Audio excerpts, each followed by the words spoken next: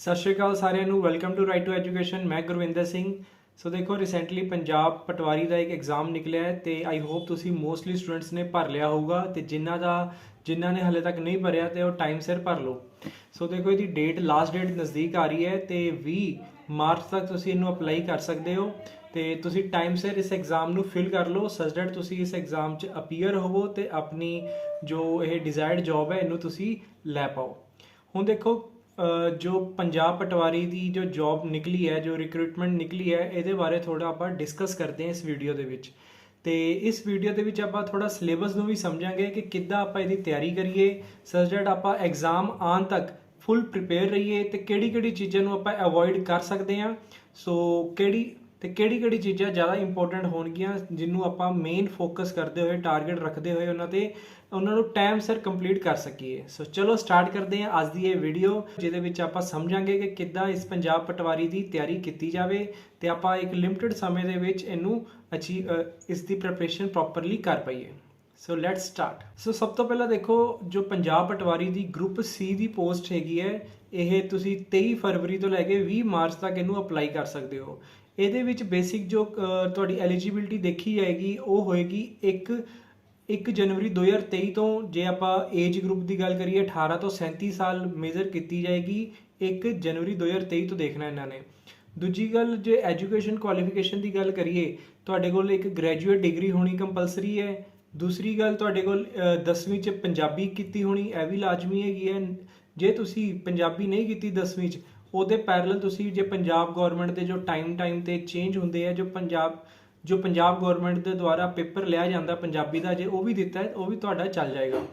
Third तुहाडे कोल एक computer certificate होना जरूरी है जो ISO 9001 सर्टिफाइड होना चाहिए है तो 120 घंटे कवर होने चाहिए वो। सो देखो ये स्टूडेंट्स थोड़े कन्फ्यूज रहते हैं, कोई कहते सर साडा सर्टिफिकेट 3 महीने का है, कोई कहता 6 महीने का है। सो अलग अलग टाइम पीरियड के बनाए जाते हैं। सो देखो ये कोई ज़्यादा इशू नहीं होएगा, बस तुहाडा 120 आवर्स कवर होना चाहिए तो 9001 ISO सर्टिफाइड वो लिखिया हो। ठीक है, 3 मंथ्स वाला भी चल जाएगा लेकिन जे तुसी नवे बनवाते हो तो 6 महीने का ही बनवाओ ज़्यादा सही रहेगा। ठीक है, बाकी ये कोई दोवां च इन्ना प्रॉब्लम नहीं आएगी तुहाडी बिकॉज आप लास्ट टाइम भी जब पंजाब पटवारी का एग्जाम निकलिया सी तद भी स्टूडेंट्स के यही डाउट सीगे। सो किसी को ये इशू नहीं आया। तो एक स्टूडेंट्स में यह भी प्रॉब्लम आ रही है कि सर मेरे को आ गलत फिल हो गया वो आ कैफे वाले ने इदा फिल करता। पहली गल तो कैफे वाले तो तुसी भराण क्यों जाते हो, ये पहली गलती तो तुहाडी यही होंदी है। दूजी गल जे गलती हो भी गई है एडमिट कार्ड तुहाडा आ जाएगा जे तुसी फी पूरी कंप्लीट कर दी है, फी प्रोसैस तुसी करता है तो लास्ट स्टैप तुहाडा हो गया होया। ठीक है ना, लास्ट स्टैप होना जरूरी है तो फीस सबमिट होनी जरूरी है तो तुहाडा एडमिट कार्ड आ जाएगा तो बाद जो तुसी एफिडेविट लै जाइयो ड्यूरिंग डॉक्यूमेंट वेरीफिकेशन कि आ गलती साडे तो हो गई सी। तो इत्थे तुसी कई भी गल ध्यान रखनी है कि जिहड़े तुहाडे सर्टिफिकेट होणगे जिवें कंप्यूटर सर्टिफिकेट है तुहाडी नोटिफिकेशन तो पहलां दे होने चाहिए है। ठीक है, कोशिश करो ये सारी चीज़ां ध्यान च रखियो। तो एक चीज़ होर तुसी ध्यान रखनी है कि हुण जिवें आपां एग्जाम फिल करते हैं सारे स्टूडेंट अलग अलग कैटेगरी के हो गए, कोई रिजर्वड कोई अनरिजर्वड कैटेगरी के ने। सो जिवें स्टूडेंट्स मान लो कोई BC कैटेगरी का SC कैटेगरी का है सो इन्हां स्टूडेंट्स नूं एक अपना रेजिडेंस सर्टिफिकेट जरूर बनवाना पैना है। सो देखो एक तुहाडा जिवें BC कैटेगरी वाले जो स्टूडेंट्स होणगे सो उन्हां दा एक कि पंजाब दे विच तुसीं रह रहे हो इन्ने सालों तो रह रहे हो सो इदां दा एक सर्टिफिकेट बनता है रेजिडेंस सर्टिफिकेट। सो वो तुसीं बनवा लियो, वो पिछले 5 सालों तो पुराना नहीं होना चाहिए। आ भी चीज़ तुसीं ध्यान रखनी है। सो जिन्हां ने कैटेगरी दे विच एग्जाम देना है सो वो अपना रेजिडेंस सर्टिफिकेट भी नाल टाइम सिर बनवा लैण। सो जे तुसीं आ सारियां चीज़ां करके बैठे हो, ये सारी चीज़ां तुहाडियां हो चुकी हैं, एग्जाम फिल हो चुका है, तुहाडे सर्टिफिकेट सारे तैयार ने। सो पहला कदम तुसीं सारिਆਂ ने वधिया रख लिया। सो जिन्हां ने ये स्टैप सारे कर ले हुए ने हो हुण सिर्फ एग्जाम ते फोकस करन कि किहड़ी चीज़ां तुसीं पढ़नी है। हुण देखो एग्जाम नूं तैयार करन तो पहला एग्जाम के पैटर्न नूं समझना बहुत जरूरी है। सो हर चीज़ ईजी तद हुंदी है जब आपां उहनूं समझना शुरू करते हैं। ठीक है ना, सो वही चीज़ जिवें कहंदे ना प्रैक्टिस मेक्स मैन परफेक्ट, ਉਹਦਾ मतलब यही ਹੁੰਦਾ कि आपां चीज़ां ਦੇ ਉੱਤੇ ज़्यादा टाइम दे दिता तो ਉਹਨੂੰ ਸਾਨੂੰ ਆਪਾਂ ईजली समझ पाए हैं तो सिंपलीफाई कर पाए हैं। सो इनू भी आपां सिंपलीफाई ही करना है। एग्जाम नूं किद्दां सिंपलीफाई करांगे वो देखो। सब तो पहला देखो एग्जाम के पैटर्न नूं समझते हैं। 2 पार्ट्स ने, part A and part B। ठीक है, पार्ट A नूं तुसीं सिर्फ क्वालीफाई करना है। ਜਿਵੇਂ ਕਹਿੰਦੇ ਨਾ ਰੇਸ ਹੈ, ਬਸ ਤੁਸੀਂ ਇਹ ਰੇਸ ਪਾਰ ਕਰ ਦਿਓ ਇੰਨੇ ਟਾਈਮ ਦੇ ਵਿੱਚ ਤੁਸੀਂ ਸਾਰੇ ਸਿਲੈਕਟਡ ਹੋ, ਠੀਕ ਹੈ। ਉਹੀ ਹਿਸਾਬ ਹੈਗਾ ਇਹਦੇ 'ਚ। ਸੋ ਪਾਰਟ ਏ 50 ਮਾਰਕਸ ਦਾ ਜੋ ਪਾਰਟ ਏ ਹੈ, ਪੰਜਾਬੀ ਦਾ ਇੱਕ ਟੈਸਟ ਹੋਣਾ, 50 ਨੰਬਰਾਂ ਦਾ ਟੈਸਟ ਹੋਣਾ। ਇਸ ਟੈਸਟ ਦੇ ਵਿੱਚ ਜਿਹਦੇ 25 ਨੰਬਰ ਆ ਗਏ ਉਹ ਬੱਚਾ ਪਾਸ ਹੈ, ਠੀਕ ਹੈ। ਸੋ ਇਹਦੇ ਵਿੱਚ 50% ਵਾਲੇ ਕੁਆਲੀਫਿਕੇਸ਼ਨ ਇਹਦੇ 'ਚ ਰੱਖੀ ਗਈ ਹੈ। ਸੋ ਕੋਈ ਐਡਾ ਔਖਾ ਟੈਸਟ ਨਹੀਂ ਹੋਊਗਾ, ਲੇਕਿਨ ਮੈਂ ਤੁਹਾਨੂੰ ਆਹੀ ਸੁਜੈਸਟ ਕਰੂੰਗਾ ਇਹ 50 ਨੰਬਰ ਦੇ ਟੈਸਟ ਨੂੰ ਵੀ ਤੁਸੀਂ ਚੰਗੀ ਤਰ੍ਹਾਂ ਤਿਆਰ ਕਰੋ, ਕਿਉਂਕਿ ਇਹਦੀ ਤਿਆਰੀ ਨਾਲ ਹੀ ਤੁਹਾਡੀ ਜੋ ਦੂਜਾ ਪਾਰਟ B ਹੋਣਾ ਉਹਦੇ ਵਿੱਚ ਪੰਜਾਬੀ ਵੀ ਕਵਰ ਹੋ ਜਾਏਗੀ ਤੇ ਪੰਜਾਬ ਜੋ ਕਲਚਰ ਹਿਸਟਰੀ ਜੋ ਹੋਏਗੀ ਉਹ ਵੀ ਤੁਹਾਡੀ ਕਵਰ ਹੋ ਜਾਏਗੀ। ਸੋ ਕਾਫੀ ਚੀਜ਼ਾਂ ਇਹਦੇ ਨਾਲ ਰਿਲੇਟ ਕਰ ਸਕਦੇ ਹੋ ਤੁਸੀਂ। ਹੁਣ ਇਹਦੇ ਵਿੱਚ ਦੇਖੋ ਜਿਵੇਂ ਦੂਜੀ ਸਟੇਟਸ ਦੇ ਬੱਚੇ ਵੀ ਇਹਨੂੰ ਅਪਲਾਈ ਕਰਦੇ ਨੇ, ਠੀਕ ਹੈ ਨਾ, ਅੰਡਰ ਜਰਨਲ ਕੈਟਾਗਰੀ ਉਹ ਅਪਲਾਈ ਹੁੰਦੇ ਨੇ। ਸੋ ਉਹਨਾਂ ਨੂੰ ਵੀ ਬਹੁਤ ਜ਼ਿਆਦਾ ਪੜ੍ਹਨਾ ਪੈਂਦਾ ਹੈ। ਸੋ ਉਹ ਬੱਚੇ ਕੁਝ ਲੈਕ ਕਰ ਸਕਦੇ ਪੰਜਾਬੀ ਦੇ ਵਿੱਚ, ਬਟ ਉਹਨਾਂ ਨੂੰ ਪਤਾ ਕਿ ਸਾਡੀ ਪੰਜਾਬੀ ਵਧੀਆ ਹੈਗੀ ਹੈ ਤਿਆਰ। ਸੋ ਉਹ ਬਹੁਤ ਜ਼ਿਆਦਾ ਹਾਰਡ ਵਰਕ ਕਰਦੇ ਨੇ ਪੰਜਾਬੀ ਨੂੰ ਕਵਰ ਕਰਨ ਦੇ ਲਈ। ਸੋ ਇੱਥੇ ਆਪਾਂ ਥੋੜੇ ਢਿੱਲੇ ਪੈ ਜਾਂਦੇ ਹਾਂ ਕਿ ਪੰਜਾਬੀ ਤਾਂ ਸਾਨੂੰ ਆਉਂਦੀ ਹੈ। ਸੋ ਆਹ ਚੀਜ਼ ਨੂੰ ਤੁਸੀਂ ਥੋੜਾ ਜਿਹਾ ਧਿਆਨ ਦਿਓ ਕਿ ਪੰਜਾਬੀ ਜੇ ਆਉਂਦੀ ਹੈ ਥੋੜਾ ਵਧੀਆ ਤਿਆਰ ਕਰ ਲਈ ਆਪਾਂ ਉਹਨਾਂ ਤੋਂ ਲੀਡ ਲੈ ਸਕਦੇ ਹਾਂ, ਠੀਕ ਹੈ। ਸੋ ਆਹੀ ਚੀਜ਼ਾਂ ਤੁਸੀਂ ਧਿਆਨ ਦੇਣੀ ਹੈ ਕਿ ਆਪਾਂ ਕਿੱਦਾਂ ਪ੍ਰੈਪਰੇਸ਼ਨ ਕਰਨੀ। ਸੋ ਪਾਰਟ ਏ ਅੱਗੇ ਮੈਂ ਦੱਸਾਂਗਾ ਕਿੱਦਾਂ ਪੜ੍ਹਨਾ, ਉਹਦੇ 'ਚ ਕਿਹੜੀ ਕਿਹੜੀ ਚੀਜ਼ਾਂ ਇੰਪੋਰਟੈਂਟ ਨੇ। Next part B. So part B ਦੇ ਵਿੱਚ ਦੇਖੋ ਜਿਵੇਂ 100 ਕੁਐਸਚਨ ਆਣੇ ਆ, ਹੈ ਨਾ, 100 ਕੁਐਸਚਨ ਐਂਡ 100 ਮਾਰਕਸ। ਤੇ ਇਹਦੇ ਵਿੱਚ 1/4 ਨੈਗੇਟਿਵ ਮਾਰਕਿੰਗ ਹੈ, ਮਤਲਬ ਜੇ 4 ਕੁਐਸਚਨ ਗਲਤ ਹੁੰਦੇ ਆ ਤੇ 1 ਨੰਬਰ ਤੁਹਾਡਾ ਕੱਟਿਆ ਜਾਏਗਾ। ਸੋ ਇਹਦਾ ਮਤਲਬ ਇਹ ਹੈ ਕਿ ਤੁਸੀਂ ਇੱਥੇ ਜੇ ਰਿਸਕ ਲੈਂਦੇ ਹੋ, ਜੇ 4 'ਚੋਂ ਤੁੱਕੇ ਲਗਾ ਦਿੰਦੇ ਹੋ ਤੇ ਉਹਦੇ 'ਚ 2 ਗਲਤ ਤੇ 2 ਸਹੀ ਹੁੰਦੇ ਆ ਤਾਂ ਵੀ ਤੁਹਾਡੇ ਪੋਜ਼ਿਟਿਵ 'ਚ ਹੀ ਮਾਰਕਸ ਆਣਗੇ। ਹੁਣ ਇਸ ਚੀਜ਼ ਨੂੰ ਉਹੀ ਬੱਚਾ ਪ੍ਰੋਪਰਲੀ ਸਮਝ ਸਕਦਾ ਹੈ ਜਿੰਨੇ ਮਤਲਬ ਇੱਕ ਤਾਂ ਮੰਨ ਲਓ ਕਿ ਉਹਦੀ ਤਿਆਰੀ ਵਧੀਆ ਹੈਗੀ ਹੈ ਨਾ, 100 ਵਿੱਚ ਉਹਨੂੰ 60 ਕੁਐਸਚਨ ਆਉਂਦੇ ਹੈ ਤੇ ਉਸ ਤੋਂ ਬਾਅਦ 20 ਕੁਐਸਚਨ ਇਦਾਂ ਦੇ ਜਿਹਦੇ ਵਿੱਚ ਉਹਨੂੰ ਲੱਗਦਾ ਕਿ A ਵੀ ਹੋ ਸਕਦਾ ਹੈ B ਵੀ ਹੋ ਸਕਦਾ ਹੈ ਨਾ। ਸੋ ਉਹ ਬੱਚਾ ਇੱਥੇ ਥੋੜਾ ਐਲੀਮੀਨੇਟ ਕਰਕੇ ਜਿਹਨੂੰ ਸੋਲਵ ਕਰਦਾ ਇੱਥੇ ਵੀ ਵਧੀਆ ਮਾਰਕਸ ਲੈ ਸਕਦਾ ਹੈ।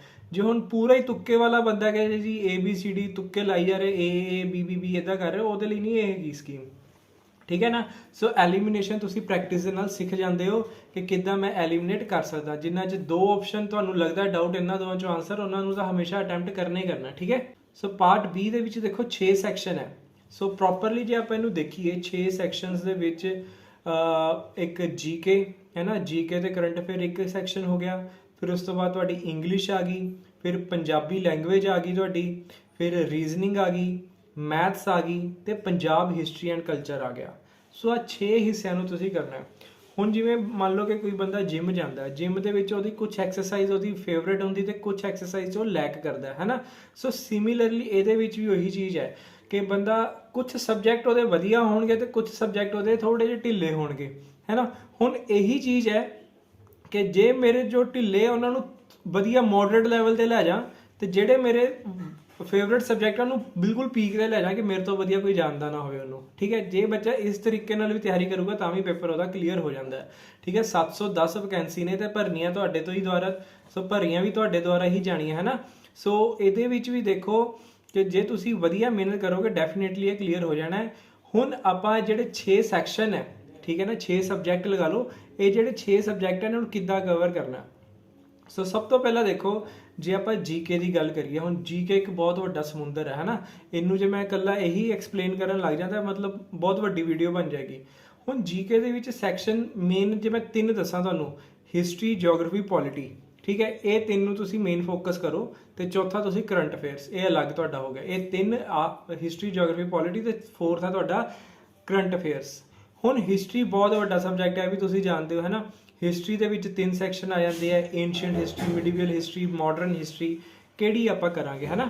ਸੋ ਇਹਨਾਂ ਸਾਰਿਆਂ ਦੇ ਉੱਤੇ ਇੱਕ ਇੱਕ ਵੀਡੀਓ ਬਣ ਸਕਦੀ ਹੈ, ਬਟ ਇਸ ਵੀਡੀਓ ਦੇ ਵਿੱਚ ਮੈਂ ਤੁਹਾਨੂੰ ਬਿਲਕੁਲ ਬੇਸਿਕ ਦੱਸਦਾ। ਦੇਖੋ ਹਿਸਟਰੀ ਸਾਰੀ ਹੀ ਪੜ੍ਹਨੀ ਪੈਂਦੀ ਹੈ, ਲੇਕਿਨ ਜੇ ਟਾਈਮ ਘੱਟ ਹੈ ਜਾਂ ਤੁਸੀਂ ਹੁਣ ਪੇਪਰ ਦਾ ਹੀ ਸਿਰਫ ਫੋਕਸ ਕਰ ਰਹੇ ਹੋ, ਮੈਂ ਸੁਜੈਸਟ ਕਰੂੰਗਾ ਕਿ ਤੁਸੀਂ ਸਭ ਤੋਂ ਪਹਿਲਾਂ ਮਾਡਰਨ ਹਿਸਟਰੀ ਪੜ੍ਹ ਲਓ, ਠੀਕ ਹੈ। ਮਾਡਰਨ ਹਿਸਟਰੀ ਦਾ ਸਭ ਤੋਂ ਜ਼ਿਆਦਾ ਚਾਂਸ ਹੁੰਦੇ ਆ ਐਗਜ਼ਾਮ 'ਚ ਕੁਐਸਚਨ ਪੁੱਛੇ ਜਾਂਦੇ। ਸੈਕਿੰਡ ਨੰਬਰ ਤੇ ਜੇ ਪੋਲਿਟੀ ਦੀ ਗੱਲ ਕਰੀਏ, ਹੁਣ ਪੋਲੀਟੀਕਲ ਸਾਇੰਸ ਬਹੁਤ ਵੱਡਾ ਸਬਜੈਕਟ ਹੈ ਨਾ। ਸੋ ਪੋਲਿਟੀ ਨੂੰ ਵੈਸੇ ਪੜ੍ਹਿਆ ਜਾਂਦਾ ਹਿਸਟਰੀ ਦੇ ਨਾਲ, ਜਦ ਹਿਸਟਰੀ ਤੁਸੀਂ ਕਰਦੇ ਹੋ, ਮਾਡਰਨ ਹਿਸਟਰੀ ਜਦ ਤੁਸੀਂ ਕਰਦੇ ਹੋ, ਬ੍ਰਿਟਿਸ਼ਰਸ ਇੰਡੀਆ 'ਚ ਆਉਂਦੇ ਆ, ਉਹਦੇ ਨਾਲ ਹੀ ਆਪਾਂ ਇੰਡੀਅਨ ਪੋਲਿਟੀ ਸਟਾਰਟ ਕਰ ਦਿੰਦੇ ਆ। ਲੇਕਿਨ ਹੁਣ ਇੰਨਾ ਸਾਰਾ ਸਮਝਣ ਦਾ ਵੀ ਟਾਈਮ ਨਹੀਂ ਹੈਗਾ ਆਪਣੇ ਕੋਲ। ਸੋ ਜੇ ਪੋਲਿਟੀ ਨੂੰ ਜੇ ਤੁਸੀਂ ਕਰਨਾ ਹੈ, ਫਸਟ 6 ਪਾਰਟਸ ਚੰਗੀ ਤਰ੍ਹਾਂ ਯਾਦ ਕਰ ਲਓ। ਇੱਕ ਇੱਕ ਚੀਜ਼ ਉਹਨਾਂ ਦੇ ਪਹਿਲੇ 6 ਪਾਰਟਸ ਦੀ ਯਾਦ ਕਰ ਲਓ ਤੁਸੀਂ, ਠੀਕ ਹੈ ਨਾ। ਜੇ ਪਹਿਲੇ 6 ਪਾਰਟਸ ਕਰ ਲੈਂਦੇ ਹੋ, ਉਹਦੇ ਵਿੱਚ ਵੀ ਬਹੁਤ ਜ਼ਿਆਦਾ ਚਾਂਸ ਹੈ ਐਗਜ਼ਾਮ 'ਚ ਕੁਐਸਚਨ ਆਉਣ ਦੇ।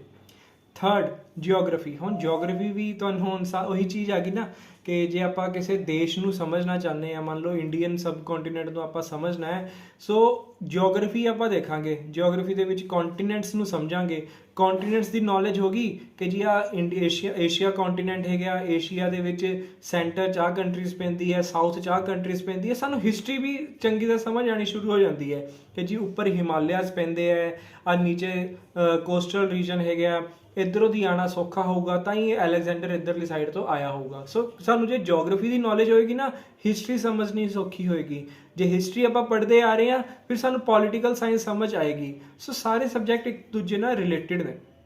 ਸੋ ਇਹਦੇ ਲਈ ਬਟ ਟਾਈਮ ਨਹੀਂ ਨਾ ਹੁੰਦਾ ਸਾਡੇ ਕੋਲ, ਇਹ ਪੂਰੀ ਚੀਜ਼ ਨੂੰ ਡੈਪਥ 'ਚ ਸਮਝਣ ਲਈ ਬਹੁਤ ਟਾਈਮ ਚਾਹੀਦਾ। ਲੇਕਿਨ ਆਪਾਂ ਹਾਲੇ ਟਾਰਗੇਟ ਹੈ ਐਗਜ਼ਾਮ ਕਲੀਅਰ ਕਰਨਾ ਹੈ। ਸੋ ਹੁਣ ਜਿਓਗ੍ਰਾਫੀ ਦੀ ਜੇ ਗੱਲ ਦੱਸਾਂ ਤੁਹਾਨੂੰ, ਕਿ ਸਾਰੀ ਜਿਓਗ੍ਰਾਫੀ ਕਰਨ ਦੇ ਨਾਲੋਂ ਚੰਗਾ ਤੁਸੀਂ ਪਹਿਲਾਂ ਇੰਡੀਅਨ ਜਿਓਗ੍ਰਾਫੀ ਕਰ ਲਓ, ਠੀਕ ਹੈ। ਸੋ ਦੁਬਾਰਾ ਮੈਂ ਰਿਪੀਟ ਕਰ ਦਿੰਦਾ ਕਿ ਹਿਸਟਰੀ ਦੇ ਵਿੱਚ ਮਾਡਰਨ ਹਿਸਟਰੀ, ਪੋਲੀਟੀਕਲ ਸਾਇੰਸ ਦੇ ਵਿੱਚ ਫਸਟ 6 ਪਾਰਟ, ਤੇ ਜਿਓਗ੍ਰਾਫੀ ਦੇ ਵਿੱਚ ਇੰਡੀਅਨ ਜਿਓਗ੍ਰਾਫੀ। ਜੇ ਤੁਸੀਂ ਆਹ 3 ਚੀਜ਼ਾਂ ਪਹਿਲਾਂ ਕਰ ਲੈਂਦੇ ਹੋ, ਤੁਹਾਡੀ ਬਹੁਤ ਵਧੀਆ ਇੱਕ ਤਿਆਰੀ ਹੋ ਜਾਏਗੀ। ਤੇ ਉਸ ਤੋਂ ਬਾਅਦ ਬਾਕੀ ਚੀਜ਼ਾਂ ਨਾਲ ਦੇ ਨਾਲ ਕਵਰ ਕਰਿਓ। ਪਹਿਲਾਂ ਆਹ 3 ਸੈਕਸ਼ਨਸ ਜੋ ਹੈਗੇ ਤਿੰਨੋਂ ਸਬਜੈਕਟ ਦੇ ਪ੍ਰੋਪਰਲੀ ਕਵਰ, ਇੱਕਦਮ ਐਕੂਰੇਟ ਵਾਲੇ ਤਰੀਕੇ ਨਾਲ ਚੰਗੀ ਤਰ੍ਹਾਂ ਯਾਦ ਕਰ ਲਓ। ਬਹੁਤ ਜ਼ਿਆਦਾ ਮੌਕ ਟੈਸਟ ਦਿਓ, ਬਹੁਤ ਜ਼ਿਆਦਾ ਕੁਐਸਚਨ ਸੋਲਵ ਕਰੋ, ਤੁਹਾਡਾ ਆਟੋਮੈਟਿਕ ਇਹ ਚੀਜ਼ਾਂ 'ਤੇ ਕਮਾਂਡ ਬਣ ਜਾਏਗੀ। ਨੈਕਸਟ ਹੈ ਇਸ ਤੋਂ ਬਾਅਦ ਕਰੰਟ ਅਫੇਅਰਸ। ਹੁਣ ਕਰੰਟ ਅਫੇਅਰ ਦੇਖੋ ਬਹੁਤ ਵੱਡਾ ਇਹ ਵੀ ਸਬਜੈਕਟ ਬਣ ਜਾਂਦਾ ਇੱਕ ਤਰੀਕੇ ਦਾ, ਇੰਨੀ ਜ਼ਿਆਦਾ ਕਰੰਟ ਨਿਊਜ਼ ਹੁੰਦੀ ਹੈ, ਉਸ ਤੋਂ ਬਾਅਦ ਕਿੱਥੋਂ ਪੜ੍ਹੀਏ, ਹੈ ਨਾ। ਸੋ ਇਹ ਬਹੁਤ ਜ਼ਿਆਦਾ ਪ੍ਰੋਬਲਮੈਟਿਕ ਇਸ਼ੂ ਬਣ ਜਾਂਦਾ। ਹੁਣ ਇਹਦੇ ਵਿੱਚ ਦੇਖੋ ਕਰੰਟ ਅਫੇਅਰ ਦਾ ਮਤਲਬ ਹੈ ਕਿ ਜੋ ਆਪਣੇ ਆਲੇ ਦੁਆਲੇ ਰੀਸੈਂਟ ਟਾਈਮ ਦੇ ਵਿੱਚ ਹੋ ਰਿਹਾ। ਹੁਣ ਇਹਦੇ ਰੀਸੈਂਟ ਦਾ ਮਤਲਬ ਪਹਿਲੇ 6 ਮਹੀਨੇ ਤੋਂ 1 ਸਾਲ ਤੱਕ ਆਪਾਂ ਮੰਨ ਸਕਦੇ ਹਾਂ। ਹੁਣ ਪਿਛਲੇ 1 ਸਾਲ ਦੇ ਵਿੱਚ ਜਿਵੇਂ ਮੰਨ ਲਓ ਫੀਫਾ ਵਰਲਡ ਕੱਪ ਹੋਇਆ ਹੈ ਨਾ, ਸੋ ਫੀਫਾ ਵਰਲਡ ਕੱਪ ਦੇ ਵਿੱਚ ਜੋ ਇੰਪੋਰਟੈਂਟ ਇਵੈਂਟਸ ਹੋਏ ਨੇ ਉਹ ਸਾਰੇ ਤੁਸੀਂ ਯਾਦ ਕਰ ਲੈਣੇ ਹੈ ਨਾ, ਕਿ 골ਡਨ ਬੂਟ ਕਿਹਨੂੰ ਮਿਲਿਆ, 골ਡਨ ਗਲਵਜ਼ ਕਿਹਨੂੰ ਮਿਲੇ, ਹੈ ਨਾ, ਜਾਂ ਫਿਰ ਕਿਹੜੀ ਟੀਮ ਨੇ ਜਿੱਤਿਆ ਫਾਈਨਲ, ਕਿੱਥੇ ਇਵੈਂਟ ਹੋਇਆ ਸੀ। ਇਹ ਸਾਰੀ ਚੀਜ਼ਾਂ ਜੋ ਹੁੰਦੀਆਂ ਨਾ, ਇੱਦਾਂ ਦੇ ਕੁਐਸਚਨ ਐਗਜ਼ਾਮ 'ਚ ਪੁੱਛੇ ਜਾਂਦੇ ਨੇ।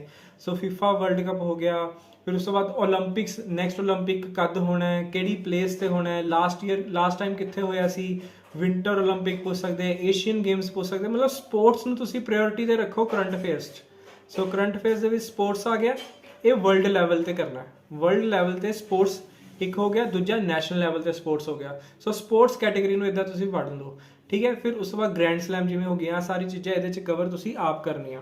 ਸੋ ਇਸ ਵੀਡੀਓ 'ਚ ਮੈਂ ਤੁਹਾਨੂੰ ਮੇਨ ਦੱਸ ਰਿਹਾ ਕਿਹੜੀ ਚੀਜ਼ਾਂ ਨੂੰ ਪਹਿਲਾਂ ਤੁਸੀਂ ਚੰਗੀ ਤਰ੍ਹਾਂ ਪ੍ਰਿਪੇਅਰ ਕਰਕੇ ਰੱਖੋ। ਉਸ ਤੋਂ ਬਾਅਦ ਮੌਕ ਟੈਸਟ ਜਦ ਨਾਲ ਦੇ ਨਾਲ ਦੇਈ ਜਾਓਗੇ, ਬਾਕੀ ਕੁਐਸਚਨਸ ਵੀ ਤੁਹਾਡੇ ਕਵਰ ਹੋਈ ਜਾਣਗੇ। ਸੈਕਿੰਡ, ਇੱਕ ਹੁੰਦੇ ਅਵਾਰਡਸ ਵੀ ਦੀ ਇੱਕ ਕੈਟੇਗਰੀ ਪੰਜਾਬ ਦੇ ਪੇਪਰਾਂ 'ਚ ਪੁੱਛੀ ਜਾਂਦੀ ਹੈ। ਸੋ ਅਵਾਰਡਸ ਬੜੇ ਸਾਰੇ ਹੁੰਦੇ ਆ, ਗ੍ਰੈਮੀ ਅਵਾਰਡ, ਆਸਕਰ ਅਵਾਰਡ, ਫਿਰ ਕੰਟਰੀ ਦੇ ਵਿੱਚ ਆਪਣੇ ਦਾਦਾ ਸਾਹਿਬ ਫਾਲਕੇ ਅਵਾਰਡ, ਤੇ ਆਪਣੇ ਪਦਮ ਅਵਾਰਡਸ ਹੋ ਗਏ, ਹੈ ਨਾ, ਗਲੈਂਟਰੀ ਅਵਾਰਡ, ਮਿਲਟਰੀ ਅਵਾਰਡ। ਸੋ ਇੱਦਾਂ ਦੀ ਜੋ ਇੱਕ ਕੈਟੇਗਰੀ ਆਉਂਦੀ ਹੁੰਦੀ ਹੈ, ਤੁਸੀਂ ਮੈਗਜ਼ੀਨਸ ਪੜ੍ਹੋ ਜਾਂ ਫਿਰ ਤੁਸੀਂ ਕਰੰਟ ਅਫੇਅਰਸ ਜੇ ਕਿਸੇ ਨੂੰ ਫੋਲੋ ਕਰ ਰਹੇ ਹੋ, ਅੱਡਾ 247 ਹੋ ਗਿਆ, ਗਿਆਨਮ ਹੋ ਗਈ, ਅਫੇਅਰ ਕਲਾਊਡਸ ਹੋ ਗਏ, ਠੀਕ ਹੈ ਨਾ। ਇਹ ਚੀਜ਼ਾਂ ਨੂੰ ਜਦ ਤੁਸੀਂ ਫੋਲੋ ਕਰੋਗੇ ਨਾ, ਆਟੋਮੈਟਿਕ ਤੁਹਾਨੂੰ ਸੈਕਸ਼ਨਸ ਸਮਝ ਆਉਣੇ ਸ਼ੁਰੂ ਹੋ ਜਾਣਗੇ ਕਿ ਕਿਹੜੇ ਸੈਕਸ਼ਨ ਨੂੰ ਮੈਂ ਕਿਵੇਂ ਕਵਰ ਕਰਾਂ। ਸੋ ਇਹ ਅਵਾਰਡਸ ਹੋ ਗਏ, ਇਹਨਾਂ ਨੂੰ ਵੀ ਇੱਕ ਅਲੱਗ ਸੈਕਸ਼ਨ ਬਣਾ ਲਓ, ਇਹਨਾਂ ਨੂੰ ਚੰਗੀ ਤਰ੍ਹਾਂ ਰੱਟ ਲਓ ਇੱਕ ਇੱਕ ਚੀਜ਼, ਠੀਕ ਹੈ ਨਾ। ਹੁਣ ਦੇਖੋ ਇਹ ਕੋਈ ਸਮਝਣ ਵਾਲੀ ਜ਼ਿਆਦਾ ਡੈਪਥ 'ਚ ਲੋੜ ਨਹੀਂ ਪੈਂਦੀ, ਇਹਦੇ 'ਚ ਸਿੱਧਾ ਰੱਟਾ ਹੀ ਲਾਣਾ ਪੈਂਦਾ ਹੈ, ਠੀਕ ਹੈ ਨਾ।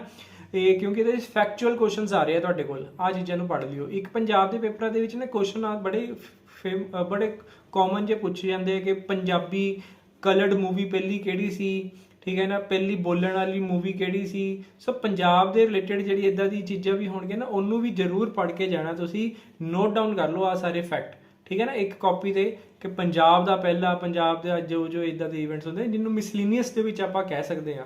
ਸੋ ਮਿਸਲੀਨੀਅਸ ਕੁਐਸਚਨ ਵੀ ਐਗਜ਼ਾਮ 'ਚ ਬੜੇ ਪੁੱਛੇ ਜਾਂਦੇ ਨੇ। ਬਾਕੀ ਕਰੰਟ ਅਫੇਅਰਸ ਦੇ ਵਿੱਚ ਇਸਰੋ, ਨਾਸਾ, ਮਤਲਬ ਸਾਇੰਸ ਐਂਡ ਟੈਕਨੋਲੋਜੀ ਹੋ ਗਿਆ ਨਾ, ਇੱਦਾਂ ਦੇ ਕੁਐਸਚਨ ਵੀ ਪੜ੍ਹ ਲਿਓ ਕਿ ਅਗਨੀ ਦੀ ਕੋਈ ਮਿਜ਼ਾਈਲ ਜਿਹੜੀ ਆਪਾਂ ਪੜ੍ਹਦੇ ਹਾਂ, ਅਗਨੀ ਹੋ ਗਈ, ਨਾਗ ਹੋ ਗਈ, ਇੱਦਾਂ ਦੀ ਜਿਹੜੀ ਵੀ ਮਿਜ਼ਾਈਲਸ ਨੇ, ਇਹਨਾਂ ਦੇ ਕੋਈ ਰੀਸੈਂਟਲੀ ਕੁਝ ਹੋਇਆ ਇਹਨਾਂ ਦਾ, ਠੀਕ ਹੈ ਨਾ। ਉੜੀਸਾ ਦੇ ਵਿੱਚ ਇਹਨਾਂ ਦੇ ਜੋ ਟੈਸਟ ਕਰਦੇ ਹੈ, ਸੋ ਉਹਨਾਂ ਦੇ ਵਿੱਚ ਕੁਝ ਇਹਨਾਂ ਨੇ ਰਿਸੈਂਟਲੀ ਕੋਈ ਅਚੀਵਮੈਂਟ ਕੀਤੀ ਹੋਵੇ ਉਹ ਤੁਸੀਂ ਪੜ੍ਹ ਲੈਣੀ ਹੈ। ਬਾਕੀ ਇਸਰੋ ਦਾ ਤੁਸੀਂ ਪੜ੍ਹ ਲਓ, DRDO ਦਾ ਤੁਸੀਂ ਪੜ੍ਹ ਲਓ, ਠੀਕ ਹੈ। ਸੋ ਆ ਸਾਰਾ ਬੇਸਿਕ ਹੀ ਹੋਏਗਾ ਤੁਹਾਡੀ, ਮਤਲਬ ਕਰੰਟ ਅਫੇਅਰ ਇਹੀ ਹੈ ਸਾਰਾ, ਹੈ ਨਾ। ਸੋ ਇਹ science and technology, awards, sports, ਆ 3 ਚੀਜ਼ਾਂ ਨੂੰ ਜ਼ਿਆਦਾ ਧਿਆਨ 'ਚ ਤੁਸੀਂ ਰੱਖਣਾ ਹੈ। ਫਿਰ ਉਸ ਤੋਂ ਬਾਅਦ ਆਪਣਾ ਪ੍ਰਾਈਮ ਮਿਨਿਸਟਰ, ਆਪਣੇ ਪ੍ਰੈਜ਼ੀਡੈਂਟ, ਇਹਨਾਂ ਨੂੰ ਤੁਸੀਂ ਇੰਪੋਰਟੈਂਸ ਦਿਓ, ਠੀਕ ਹੈ। ਤੇ ਥਰਡ ਤੁਸੀਂ ਇਸ ਤੋਂ ਬਾਅਦ ਜੋ ਤੁਸੀਂ ਕਰਨਾ ਉਹ ਬਜਟ, ਠੀਕ ਹੈ। ਬਜਟ ਕਰ ਲਓ ਬਸ। ਇਹਨਾਂ ਕੋ ਕਰੰਟ ਅਫੇਅਰ ਪਹਿਲਾਂ ਪ੍ਰਿਪੇਅਰ ਕਰਕੇ ਰੱਖੋ, ਤੁਹਾਡੀ ਬਹੁਤ ਇੱਕ ਕੌਨਫੀਡੈਂਸ ਵੀ ਆਏਗਾ, ਤੁਹਾਡੀ ਗੱਲਾਂ 'ਚ ਤੁਹਾਨੂੰ ਪਤਾ ਲੱਗੇਗਾ ਕਿ ਵਾਕਈ ਯਾਰ ਮੈਨੂੰ ਹੁਣ ਤਿਆਰੀ ਹੋਈ ਹੈ।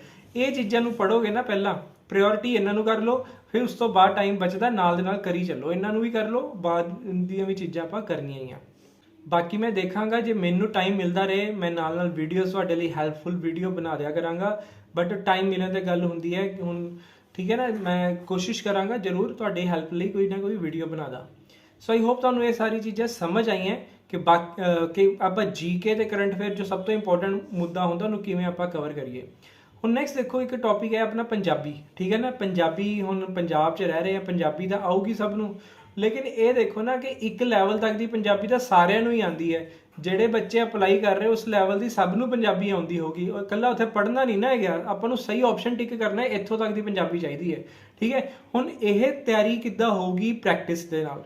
ਹੁਣ ਉਹ ਪ੍ਰੈਕਟਿਸ ਕਿੱਦਾਂ ਹੋਊਗੀ? ਜਦ ਆਪਾਂ ਕੋਈ ਚੀਜ਼ ਨੂੰ ਪੜ੍ਹਾਂਗੇ, ਸਮਝਾਂਗੇ, ਰੀਡ ਕਰਾਂਗੇ, ਵੇਖਾਂਗੇ, ਤਾਂ ਸਾਡੀ ਪ੍ਰੈਕਟਿਸ ਹੋਏਗੀ। ਸੋ ਸਭ ਤੋਂ ਪਹਿਲਾਂ 9ਵੀਂ class Punjab school education board ਦੀ 9ਵੀਂ ਕਲਾਸ ਦੀ ਗ੍ਰਾਮਰ ਪੜ੍ਹ ਲਓ, ਠੀਕ ਹੈ ਨਾ। ਬਹੁਤ ਵਧੀਆ ਉਹਦੇ 'ਚ ਦਿੱਤਾ ਹੋਇਆ ਹੈ, ਮੇਰੇ ਕੋਲ PDF ਜੇ ਮੈਨੂੰ ਮਿਲ ਗਈ, ਮੈਂ ਨਾਲ ਇਹਦੇ ਡਿਸਕ੍ਰਿਪਸ਼ਨ 'ਚ ਲਿੰਕ ਵੀ ਦੇ ਦਾਂਗਾ ਤੁਹਾਨੂੰ, ਉੱਥੋਂ ਤੁਸੀਂ ਡਾਊਨਲੋਡ ਕਰਕੇ ਪੜ੍ਹ ਲਿਓ। ਨਹੀਂ ਤਾਂ ਤੁਸੀਂ ਪੰਜਾਬ ਸਕੂਲ ਐਜੂਕੇਸ਼ਨ ਬੋਰਡ ਦੀ 9ਵੀਂ 10ਵੀਂ ਦੀ ਗ੍ਰਾਮਰ ਦੀ ਬੁੱਕ ਲੈ ਲਓ। ਜਿਹੜਾ ਤੁਹਾਡਾ ਸੈਕਸ਼ਨ ਹੈਗਾ ਨਾ, ਪਾਰਟ ਇਹ ਉਹ ਸਾਰਾ ਹੀ ਉਹਦੇ 'ਚ ਕਵਰ ਹੋ ਜਾਏਗਾ, ਠੀਕ ਹੈ ਨਾ। ਜਿਹੜੇ ਉਹਨਾਂ ਨੇ ਟੌਪਿਕ ਦਿੱਤੇ ਨਾ, ਜਿਵੇਂ ਵਿਰੋਧਾਰਕ ਸ਼ਬਦ, ਸਮਾਨਾਰਥਕ ਸ਼ਬਦ, ਮੁਹਾਵਰੇ, ਅਖਾਣ, ਵਚਨ ਬਦਲੋ, ਅੰਗਰੇਜ਼ੀ ਸ਼ਬਦਾਂ ਦਾ ਪੰਜਾਬੀ ਵਿੱਚ ਸ਼ੁੱਧ ਰੂਪ, ਅੰਕਾਂ, ਮਹੀਨਾ, ਮਹੀਨੇ, ਦਿਨਾਂ ਦਾ ਸ਼ੁੱਧ ਪੰਜਾਬੀ ਰੂਪ, ਪੰਜਾਬ ਦੇ ਇਤਿਹਾਸ ਨਾਲ ਸੰਬੰਧਿਤ ਪ੍ਰਸ਼ਨ। ਸੋ ਇਦਾਂ ਦੀਆਂ ਚੀਜ਼ਾਂ ਤਾਂ ਤੁਹਾਡੀ 9ਵੀਂ 10ਵੀਂ ਦੀ ਕਿਤਾਬਾਂ ਤੋਂ ਹੀ ਕਵਰ ਹੋ ਜਾਣੀਆਂ, ਠੀਕ ਹੈ। ਸੋ ਪੜ੍ਹੋਗੇ, ਇੱਕ ਤਾਂ ਤੁਹਾਡੀ ਹਿਸਟਰੀ ਵੀ ਉੱਥੇ ਕਵਰ ਹੋਏਗੀ, ਕਿਉਂਕਿ ਇਹਨਾਂ ਦੇ ਵਿੱਚ ਜਦ ਆਉਂਦੇ ਆ ਨਾ ਐਸੇ ਗੁਰੂ ਨਾਨਕ ਦੇਵ ਜੀ ਦੇ, ਗੁਰੂ ਅੰਗਦ ਦੇਵ ਜੀ, ਤੁਸੀਂ ਦੇਖੋ ਉਹਨਾਂ ਨੇ ਸਿਲੇਬਸ ਵਿੱਚ ਸਪੈਸੀਫਾਈ ਕੀਤਾ 6 ਗੁਰੂ ਸਾਹਿਬਾਨ ਦਾ।